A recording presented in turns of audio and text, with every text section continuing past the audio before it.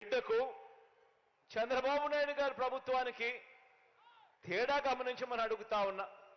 మీ బిడ్డ ఒకవైపున మేనిఫెస్టో అనేది చెబితే 2019లో ఒక మేనిఫెస్టో అని చెప్పి రిలీజ్ చేస్తే ఆ మేనిఫెస్టోను ఒక బైబిల్గా, ఒక భగవద్గీతగా, ఒక ఖురాన్గా భావిస్తూ ఏకంగా 99% హామీలు అమలు చేసి మీ దగ్గరికి వచ్చి మళ్ళీ మీ ఆశీస్సులు అడుగుతా ఉన్న మీ బిడ్డ ఒకవైపున ఉంటే, మరోవైపున పచ్చి మోసగాళ్ళు, పచ్చి దగాకోర్లు, పచ్చి మాయా మాంత్రికులు మరోవైపున ఉండి యుద్ధం జరుగుతూ ఉంది. ఆలోచన చేయమని అడుగుతా ఉన్నా.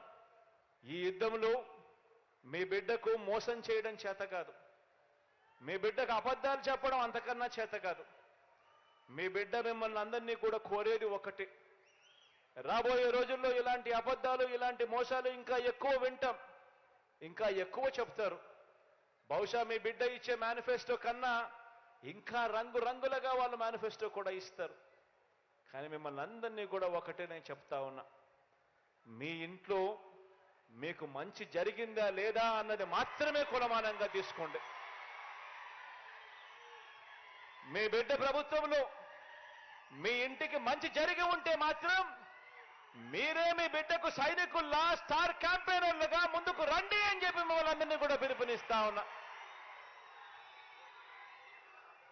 మోసం చేసిన వాళ్లకు, అబద్ధాలు చెప్పే వాళ్లకు గట్టి గుణపాఠం చెప్పే కార్యక్రమం ఒక్క నా అక్క చెల్లెమ్మల కుటుంబాలు మాత్రమే చేయగలుగుతాయి.